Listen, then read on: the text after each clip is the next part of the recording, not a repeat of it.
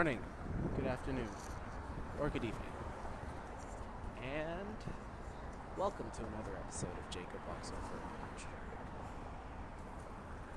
Bridge. Sorry, I'm yawning. Say, I'm Jacob, currently walking over a bridge, and I guess I'm doing half of my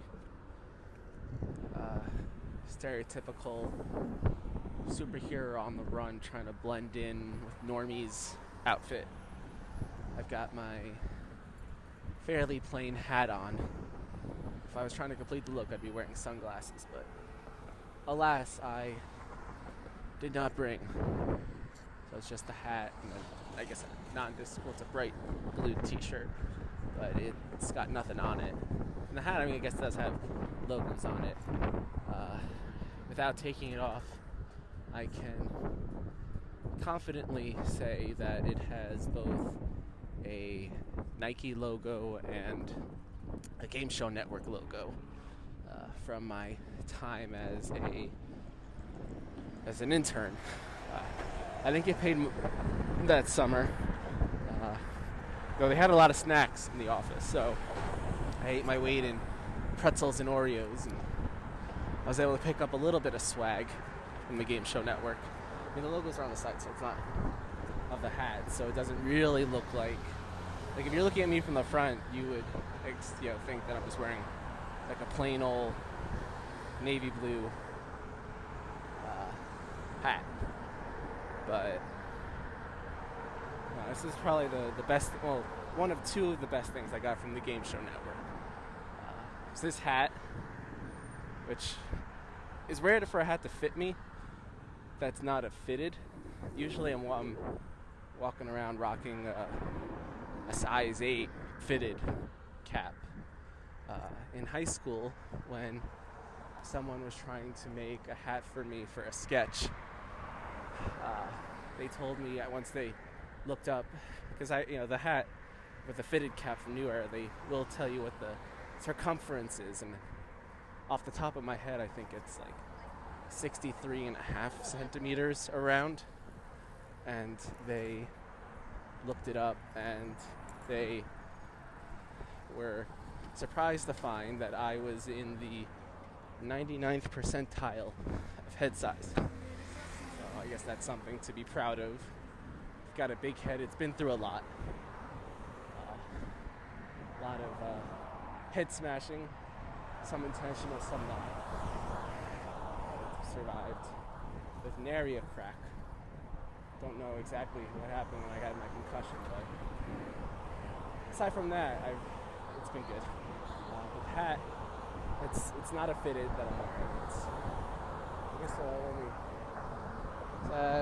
It's Velcro, and it's surprisingly most of the way closed. So I guess I could do like a snapback if you go to like the second to last or the last dot on the back, but by that point it's not really a hat anymore. It loses its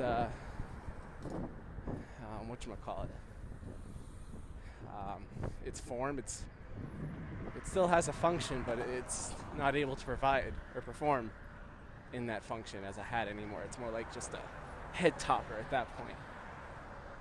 But this hat, surprisingly, even now it's been several weeks since I've had my last haircut, and the hat still fits well, most of the way closed on the Velcro end of the back, which is weird. Not weird. I'm very happy that that's the case, because it would be nice if I can go out and just go to any hat store and say, I would like that hat, please, and know that it's going to fit me. When they say one size fits most, I am the exception to the most. But this hat was one of aside from the cookies and the other snacks, it's one of the two best things I got. And the other best thing I got, which I don't have with me for, I guess, I don't know if it's obvious necessarily, but for me it's obvious. They had this multi-plug charger where it didn't have, you couldn't charge two things at once, but it's a hexagon shape, and there were 6 different sorts of plugs. This is what the EU's trying to regulate against, having to need stuff like this. But I would say I worked there in 2014, and I would say this plug was circa, it's a USB thing, and it was also cool because the cord extends and collapses. Like if you could pull it out, and then if you pull it all the way, it'll retract into a little holder for the wire. I say it's around 2012, 2013 because it has the old 30-pin iPhone charger, some other random chargers, like a tiny one for Nokia, has a USB, I guess B or C. Hard to keep track of the letters. Not the new USB-C, but or USB micro, I think it was. I don't know, but there's a lot of them. But then it does have a lightning charger, which is it's not, doesn't have a lightning symbol, or doesn't say lightning on the cord itself. Like they notate for what each plug is for, but for the lightning port it says for the new iPhone or iPhone 5, something like that, which was the first one to have the lightning. So that was the other nice thing I had, because it was a good office charger. I used to have that in the office when I came in, it would charge my phone. But the other reason why it was good too is because I'd be walking into the office oftentimes with my Zen, Creative Zen, the MP3 player, and I guess I have one of the micro USB chargers at my apartment, but it would be nice to also have one at the office, the other end of the trip, because you never know, I could forget to charge it, or maybe it didn't charge, I don't know. But it was nice to have. It was very convenient, and it doesn't really work so well anymore. I guess I haven't used it for obvious reasons. I have a 30-pin charger for my iPod Touch, and I guess I have so many chargers now for so many different things. And I guess when I'm walking with that's sad. I'm gonna take a picture of this.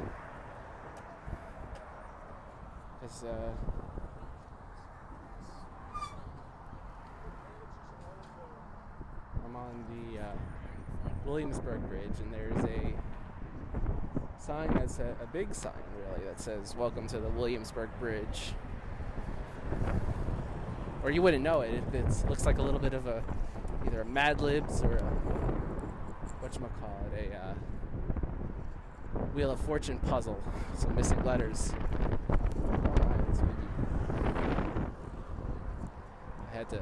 I look like a really cool guy now. I put my hat facing backwards, so I'm in less danger of losing in the wind. I'd also look really cool. It's amazing that on the Williamsburg Bridge, where I just took the picture and now just entered the pedestrian part of the bridge, because when you're walking from Manhattan to Brooklyn, for the first maybe fifth of the bridge, as you're making your ascent, they have a shared path with the pedestrians and with the cyclists. But once you get to a certain point, it splits. So now, I'm walking fairly confident I'm not going to get hit by a bike, but just as I was starting along on this rambling bit about bikes and pedestrian paths, there's a cyclist on the pedestrian path. And I guess it'll be a little while before he can cross back over. So he, not so smart. But what is smart is still using my MP3 player from 2008. That's when I got the Creative Zen. At the time, it was my second Creative MP3 player. I started out with the Creative Zen V Plus, which had about 2 or 4 gigabytes. I think it was 2 gigabytes of of internal storage with the promise that I could hold 1,000 songs, and I think I was able to get about half of that, maybe a little more on there before it ran out. So I got that in 2006, but then by 2008, there's a lot of good music out there. Even up till about 2008, a lot of good stuff was out. There's about 15 years worth of music now that's come out since, but of course I had yet to discover that and a lot of other stuff. But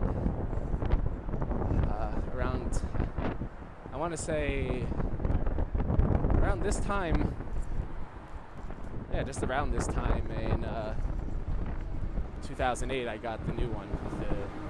The new one in air quotes. It was the Creative Mosaic, 8 gigabytes.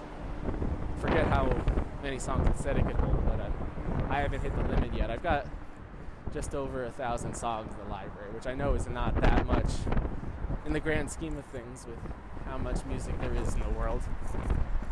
I've got some random stuff on there too that I've curated over the years. But I still use it, and I know the rest of the world has transitioned to music streaming apps. I hope you could hear this over the wind. It's very windy today, but it feels really good actually, because I was starting to get a little hot. It was about 68 degrees when I walked out the door, and put on jeans and a t-shirt and a long sleeve shirt, but I wasn't debating, but I was regretting shortly after leaving. I was like, should have just worn shorts, but I was far enough away from my apartment that I didn't want to double back. I already doubled back once because I forgot my headphones for the Zen, but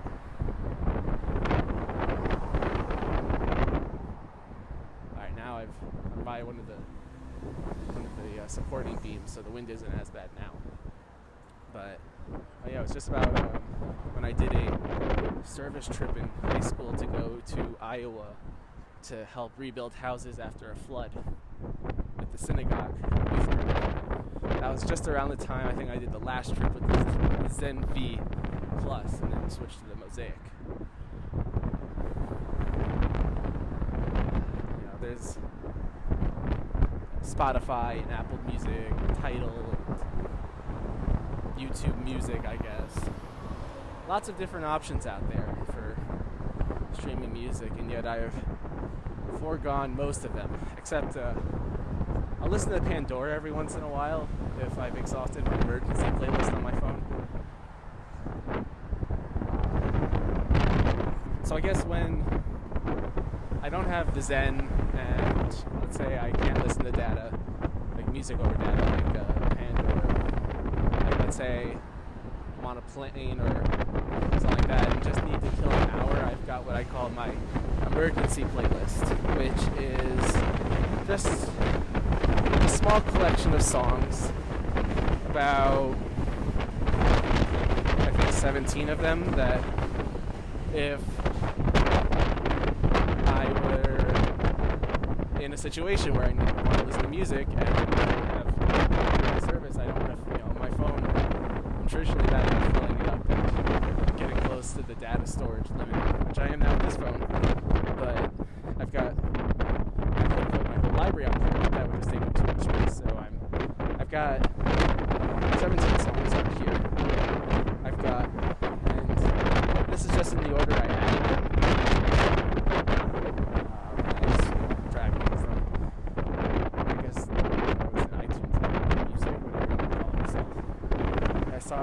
Start off with Tighten Up by the Black Keys. This one's fun because I was in a Shakespeare production in my senior year of high school. This was this whole album, I don't remember what the album's called, from the Black Keys, or whatever album Tighten Up came from, but like whenever they did a scene transition, they used the song from that album, and this song in particular, we had a dance number too during the ball dance, gala, whatever you want to call it. So it was fun, and it was fun enough to consider putting on here is a song that I could listen to for a while. Next one is Start Wearing Purple by Gogol Bordello, which I think I heard for the first time when, I guess going back to high school again. A lot of these are going to be date from around that time, because that's when everyone's taste in music solidifies. But it was once a common thing to record videos of yourself on the computer and post them to someone's wall on Facebook. And I remember, it must have been again senior year, someone posted a video on my wall with this song featured prominently. And I think it's just a fun song overall, because without any context about what the song's actually about, it's just to start wearing purple. It's got a fun intro, and it's all around kooky, which I think is fun. I can listen to it for a while. Next song up is Love Is Gone by Chris Willis and David Guetta. And I guess I found this song when I was ripping music from, I'm bad, I'm a pirate. I would rip music from library CDs to add to my Zen library. Guilty if the FBI is listening to this podcast, they will come take me away. I think I found this song when I was playing an album and I liked it, so I ripped this. It was from some party anthem mix. But I've since, with Love Is Gone, I found that to be a very it's a fun song to work out to. Really gets the blood flowing, especially because it's one of the songs that in my imaginary stage, or a screenplay for a movie, this is a song that would play in one of the final scenes, high action chase scene. And whenever I listen to the song, that scene that just seems so poignant in my head comes to life.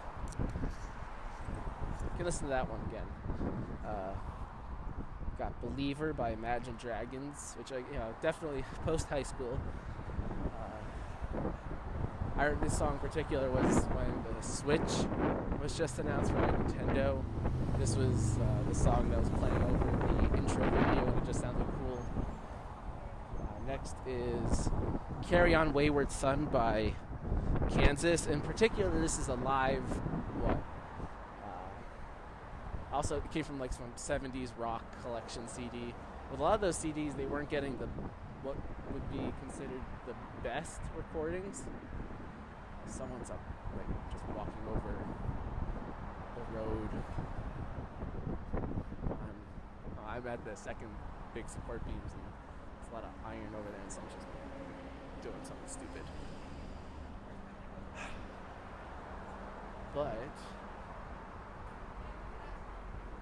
he's got his teenage friends cheering him on. I'm glad my brain has developed a little, despite all the banging up, it's developed to the point where I wouldn't necessarily think to do that. But anyway, back to Kansas.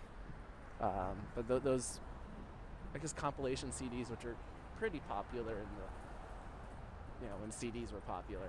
Not necessarily the now hits CDs, but just like some random compilation that some old person would buy because they like the songs.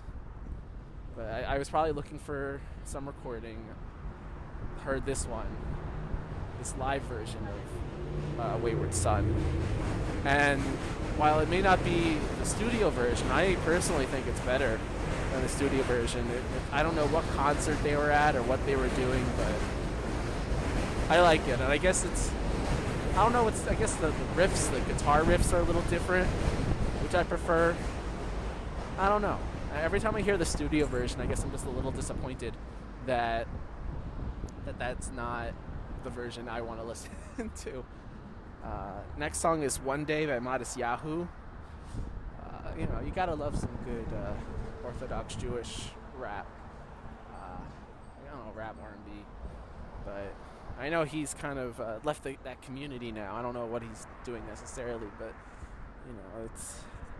helps you keep in touch with your Jewish side at the same time. It's got a nice message. Another one of those songs where in the screenplay in my head it plays a role. Then one of my favorite songs, Peaches by President of the United States of America. When I was in high school, watching MTV was a bit of a guilty pleasure, I guess. And I remember watching, they had the top one-hit wonders of the 90s, and this was like 60-something. And I don't know why, because this is number one in my heart. I guess you could tell there's a little bit of a theme with some kooky songs on here. And this one is no different. I fell in love with it because it was a little weird, but it was a short song. I ended up doing a really fun devil sticks routine to it in the high school talent show. So brings back good memories. Make You Feel Better by the Red Hot Chili Peppers, which I guess is an odd choice, and I've been told it's an odd choice to people who I've shared this list with. And it's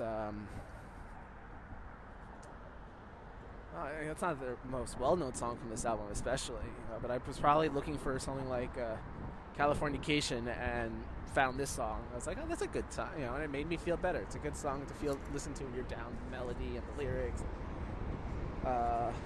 Piazza New York Catcher. Had a big Belle and Sebastian phase in high school, and this came from the Juno soundtrack. I like that movie. The soundtrack had a lot of good songs, and of course it's it's the old. And of course, as I was going through the music, I tapped on one of the songs and had to. This is going to be. I know I'm going against everything this podcast stands for. And I'm going to, once again, combine these recordings just because it's going to be easier in the future if I ever wanted to,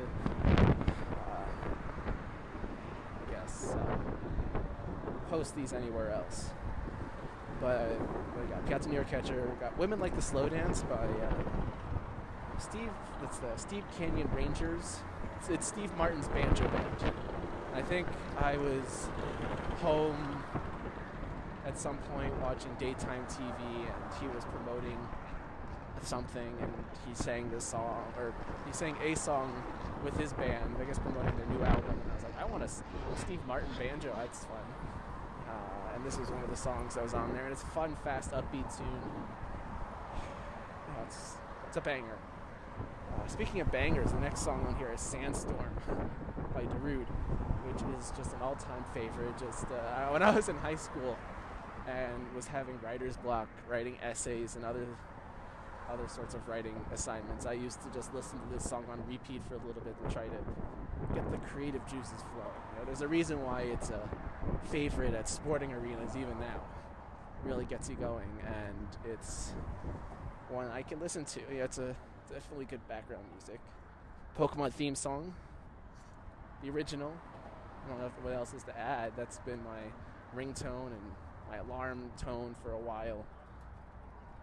All around greatest hit. And then there's Draco State Didn't Tie, the Numa Numa song. Brings me back to middle school. Just a fun song. They're all fun songs. Like, What Does the Fox Say? Fun fact, I was one of the first 5% of people to watch this video in 2013 when it launched. I know that because YouTube sent me an email at the end of 2013 telling me how much of a trendsetter I was, or something to that effect. Only time that's ever happened. I forget how I found it originally, probably on some meme site, but definitely a classic of the early teens. Then I've got a Macklemore and Ryan Lewis song, Can't Hold Us. I had Thrift Store on here for a while, which obviously classic. But this one too is another one that's just kind of a pump you up sort of song. And then the last one on here is Don't Stop Me Now by Queen, which really brings me back every time I listen to it. At summer camp, they used to have dance parties during meals just randomly, and this song would come up quite a bit. Brings me back to that, and it's like another one where it's just like, it's me versus the world. And I guess I was going to talk more about the Zen, how I'm, I guess, anti-trendsetter. I don't know if that makes me, interested in older technology, or just I like how I could still curate my library in a device that's devoted just to music, but alas, I have reached Williamsburg, and that means I can't talk to you anymore. Them's the rules, as they say. And also, as they say, for times like these, when one leaves a bridge, good day and good night.